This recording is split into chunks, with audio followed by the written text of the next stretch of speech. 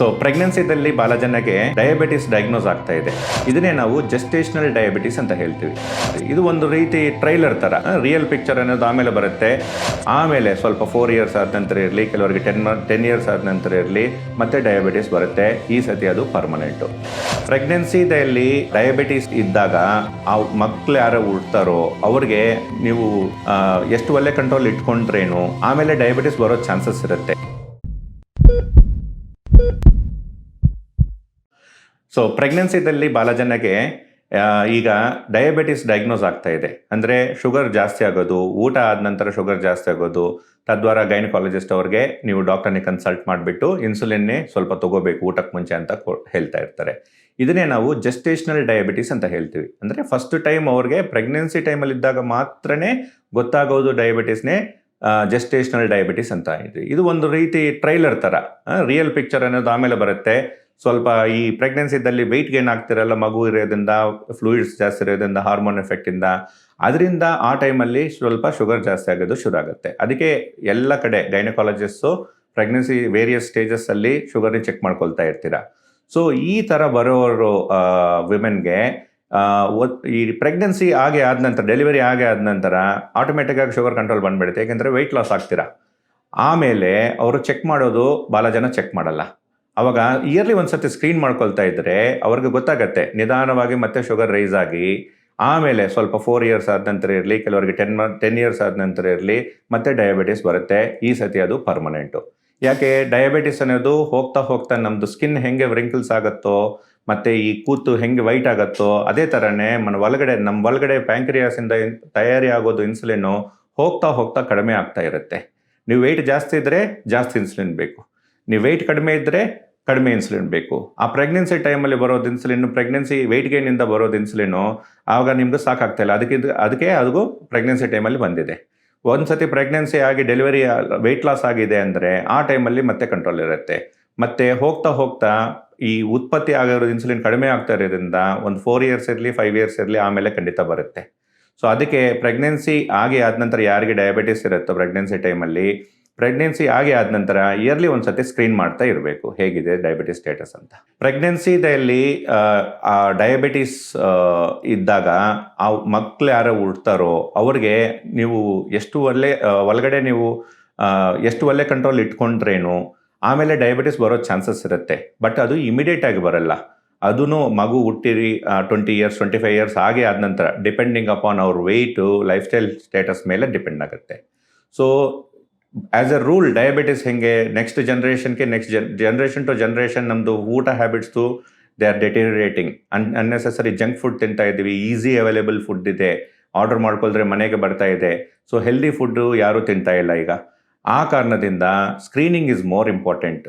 ನೀವು ಎಷ್ಟು ಆಗುತ್ತೋ 100% ಡೈಟಲ್ಲಿ ನೀವು ಬರೀ ನ್ಯಾಚುರಲ್ ಫುಡ್ಡೇ ತಿನ್ನೋಕ್ಕೆ ಆಗುತ್ತೆ ಅಂತ ತುಂಬ ಕಷ್ಟ ಈಗ.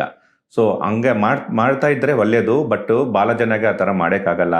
ಅದಕ್ಕೋಸ್ಕರ ಈ ಥರ ಚೇಂಜಸ್ ಬರ್ತಾ ಇರೋದ್ರಿಂದ ಡಯಾಬಿಟಿಸು ಬೇಗ ಬರ್ತಾ ಇದೆ ಈಗ ನೆಕ್ಸ್ಟ್ ಜನ್ರೇಷನ್ಸ್ಗೆ.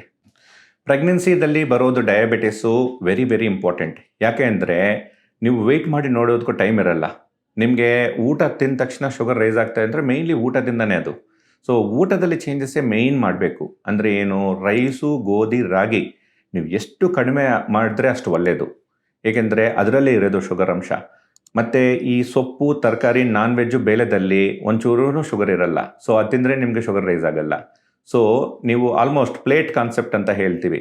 ನಿಮ್ಮದು ಪ್ಲೇಟಲ್ಲಿ ನೋಡಿದ್ರೆ ನೀವು ಯಾವುದೇ ಮೀಲ್ ತಿನ್ನಿ 50% ವೆಜಿಟೇಬಲ್ಸ್ ಇರಬೇಕು. ಅದರಲ್ಲಿ ಸ್ವಲ್ಪ ಫ್ರೂಟ್ಸ್ ಇದ್ರೇನು ಪರವಾಗಿಲ್ಲ.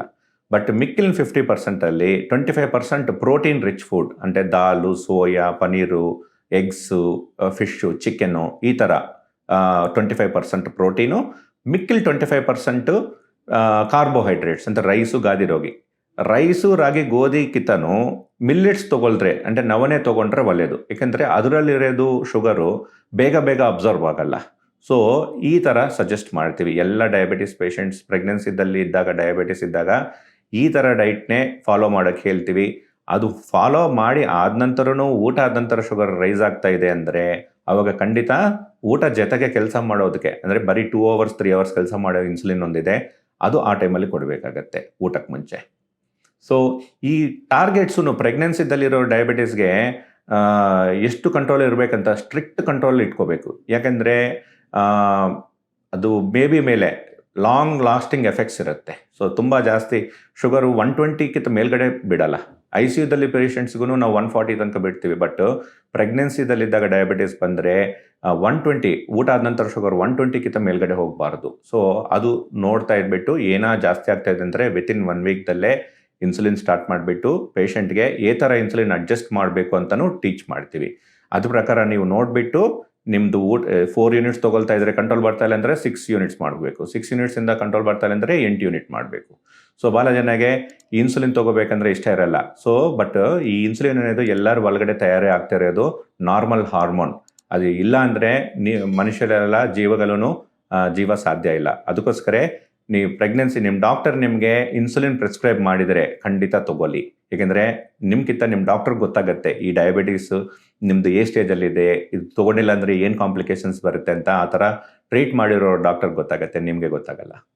ಸೊ ಪ್ರೆಗ್ನೆನ್ಸಿದಲ್ಲಿ ಡಯಾಬಿಟೀಸು ಬರುತ್ತೋ ಇಲ್ವೋ ನಿಮಗೆ ಗೊತ್ತಾಗಲ್ಲ. ಫ್ಯಾಮಿಲಿಲಿ ಯಾರಿಗೇನಿದ್ರೆ ಖಂಡಿತ ನಿಮ್ಮ ಡಯಾಬಿಟೀಸ್ ನಿಮ್ಮ ಗೈನಕಾಲಜಿಸ್ಟ್ಗೆ ಹೇಳಿಬಿಟ್ಟು ಅವ್ರು ಸ್ಕ್ರೀನ್ ಮಾಡ್ತಾರೆ. ಅಂದರೆ 75 ಗ್ರಾಮ್ ಕಾರ್ಬೋಹೈಡ್ರೇಟ್ ಟೆಸ್ಟ್ ಮಾಡ್ತಾರೆ. ಅದರಲ್ಲಿ ಯಾರಿಗೇನ ಅಬ್ನಾರ್ಮಲ್ ಇದ್ದರೆ ಎಂಡೋಕ್ರೈನಾಲಜಿಸ್ಟು ಅಥವಾ ಡಯಾಬೆಟಾಲಜಿಸ್ಟ್ ಹತ್ರ ರೆಫರ್ ಮಾಡ್ತಾರೆ.